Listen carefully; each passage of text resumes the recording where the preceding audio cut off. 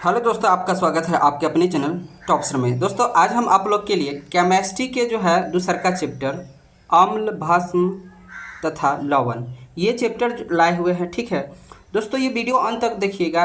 इस वीडियो को देखने के बाद इस चैप्टर से आपका एक भी क्वेश्चन नहीं छूटेगा, ये मेरा गारंटी है आपसे। ठीक है ना, तो चलिए शुरू करते हैं। पहला जो क्वेश्चन है, अम्ल के गुणों के बारे में बताइए। अम्ल के गुणों को लिखिए। ठीक है ना, तो अम्ल के गुण जो है इस प्रकार है। यहाँ पर देखिए, अम्ल जो है स्वाद में खट्टा होता है और ये नीले लिटमस पात्र को लाल कर देता है और इसका पीएच मान 7 से कम होता है और ये जो है जल से अभिक्रिया करके हाइड्रोजन आयन देता है। ठीक है, अगला जो क्वेश्चन है, भस्म के गुणों को लिखें।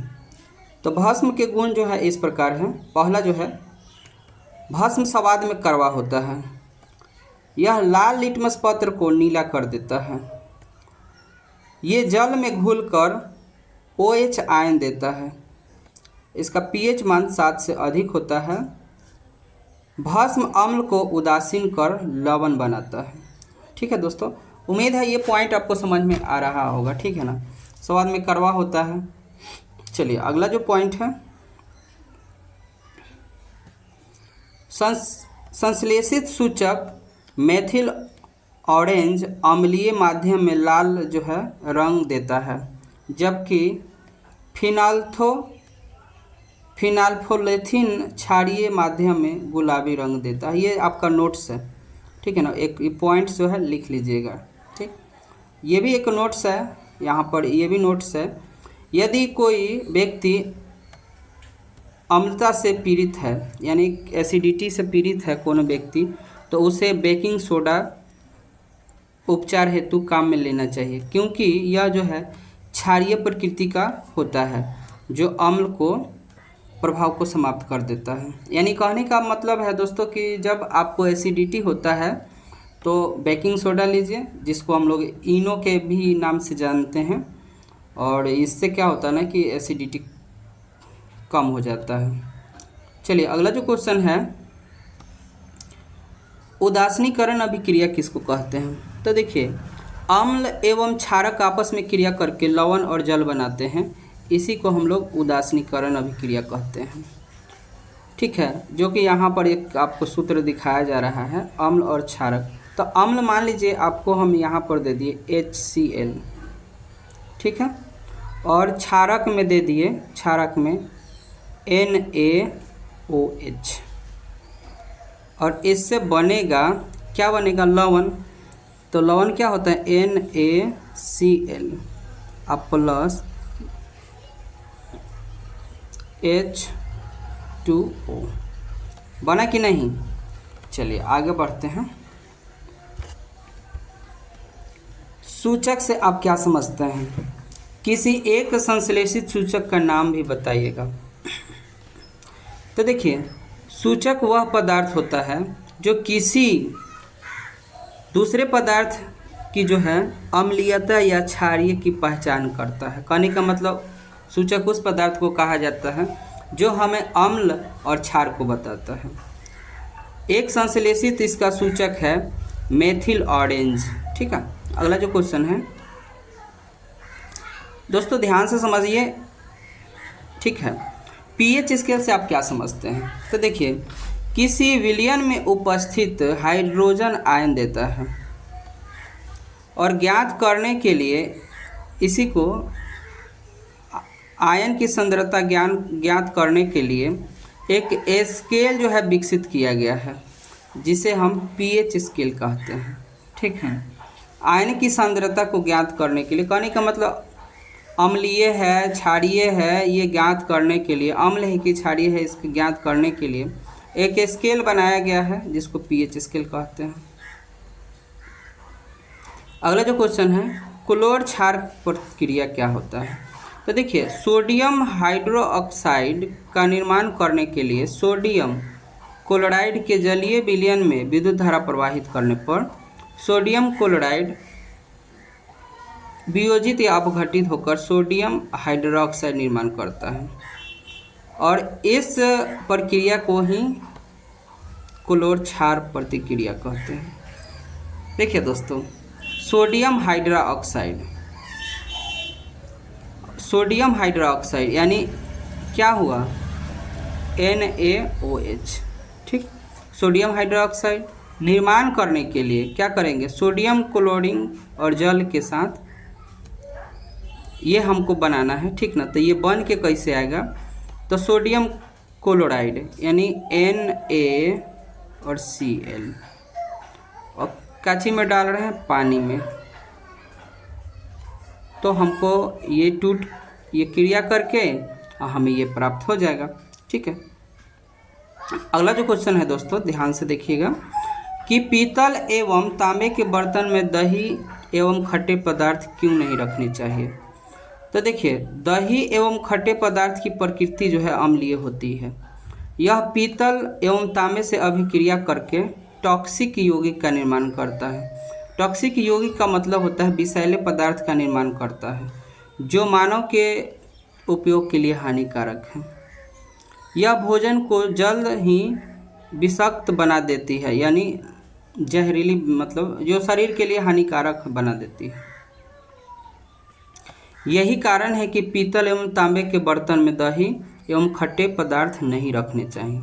ठीक है, अगला जो क्वेश्चन है दोस्तों, पदार्थ में उपस्थित अम्ल बताइए। तो जैसे संतरा और नींबू में सिट्रिक अम्ल मिलता है, मौलिक अम्ल जो है सेव में मिलता है, टार्टरिक अम्ल इमली में मिलता है, सिरका जो है एसिटिक अम्ल मिलता है,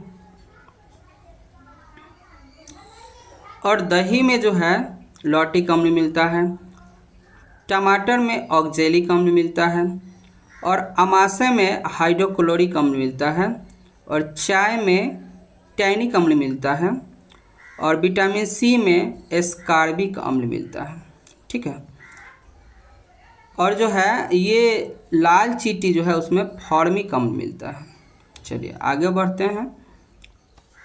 क्रिस्टलन का जल क्या होता है। तो लवण के क्रिस्टलों में जल उपस्थित होता है, लवण के क्रिस्टल में जल उपस्थिति होता है, और लवण के एक इकाई सूत्र में जल के निश्चित अणुओं की संख्या को क्रिस्टलन जल कहते हैं। जैसे यहाँ पर देखिए, जलीय जो है जल वाला है कॉपर सल्फेट, तो इसका सूत्र क्या हुआ, CuSO4 5 जो है H2O होता है। तो अतः इस एक इकाई सूत्र में जल के 5 गुना है, जल के जो है 5 गुना है, कहने का मतलब है इससे जो है ये 5 गुना है, तो इसी को क्रिस्टलन जल कहा जाता है। चलिए आगे क्वेश्चन है, बेकिंग पाउडर क्या होता है। तो देखिए, बेकिंग पाउडर खाने का सोडा तथा टार्टरिक अम्ल का मिश्रण होता है। बेकिंग सोडा जो है पाव रोटी अथवा केक को मुलायम एवं स्पॉन्जी बनाने में सहायक है। ठीक है, अगला जो क्वेश्चन है, धोने का सोडा का उपयोग बताइए। तो धोने का सोडा का उपयोग है इस प्रकार, कपड़ा आदि को धोने में, कांच कागज साबुन उत्पादन में, जल का अस्थायी खारापन दूर करने में होता है। ठीक है, अगला जो क्वेश्चन है, प्लास्टर ऑफ पेरिस का क्या है ये। तो देखिए, प्लास्टर ऑफ पेरिस जो है का सूत्र होता है CaSO4 हाफ H2O होता है। यह एक सफ़ेद चूर्ण होता है। जिप्सम को 373 केल्विन ताप पर गर्म करने पर यह जल के अणु को त्याग कर कैल्शियम सल्फेट जो है अर्धहाइड्रेट या हेमीहाइड्रेट बनाता है, जिससे प्लास्टर ऑफ पेरिस कहते हैं।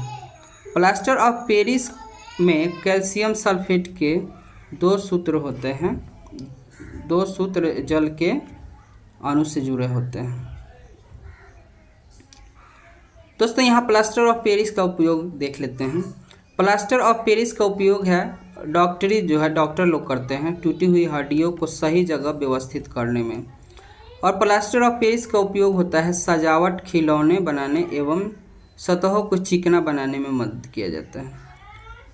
चलिए अगला जो है, प्लास्टर ऑफ पेरिस में जल मिलाने पर पुनः जो है जिप्सम बन जाता है।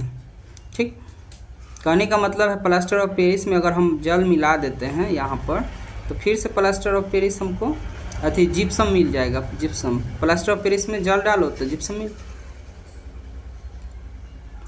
अगला जो क्वेश्चन है, ब्राइन किसे कहते हैं?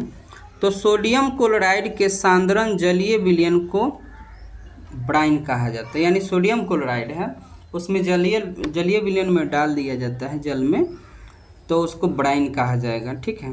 अगला जो क्वेश्चन है, विरंजक चूर्ण कैसे तैयार किया जाता है? तो देखिए, शुष्क बुझे हुए चूने को, जिसको हम लोग बोलते हैं CaOH के होल टॉइक को 40 सेल्सियस ताप पर गर्म करते हैं और क्लोरीन गैस प्रभाव करने पर विरंजक चूर्ण प्राप्त होता है। जैसे मान लीजिए यहाँ पर देखिए CaOH के होल टॉइक प्लस क्लोरीन गैस, तो यहाँ हमें मिल गया कछी विरंजक चूर्ण, और उसके बाद जल निकल गया। यह सफ़ेद जो है चूर्ण है जिसमें क्लोरीन की गंध निकलती है। ठीक। अगला जो क्वेश्चन है, प्लास्टर ऑफ पेरिस बनाने की विधि का वर्णन करें। देखिए, जिप्सम को 120 सेल्सियस तक सावधानीपूर्वक गर्म करने के बाद प्लास्टर ऑफ पेरिस बनता है। तो जैसे मान लीजिए यहाँ पर देख लीजिए ये प्रक्रिया हो रहा है। चलिए अगला क्वेश्चन जो है, खट्टे खाद्य पदार्थों को तांबे के एवं बर्तनों में क्यों नहीं रखनी चाहिए? तो अभी हम लोग देखे थे कि खट्टे पदार्थों को तांबे के बर्तन में रखने पर वो क्या करता है, धातु से क्रिया करके विषैले यौगिक बना देता है जो शरीर को नुकसान पहुंचाता है। ठीक। अगला जो क्वेश्चन है, प्लास्टर ऑफ पेरिस का उपयोग तो हम लोग देख लिए थे, मूर्ति बनाने में, डॉक्टर द्वारा टूटी हुई हड्डियों को व्यवस्थित करने में।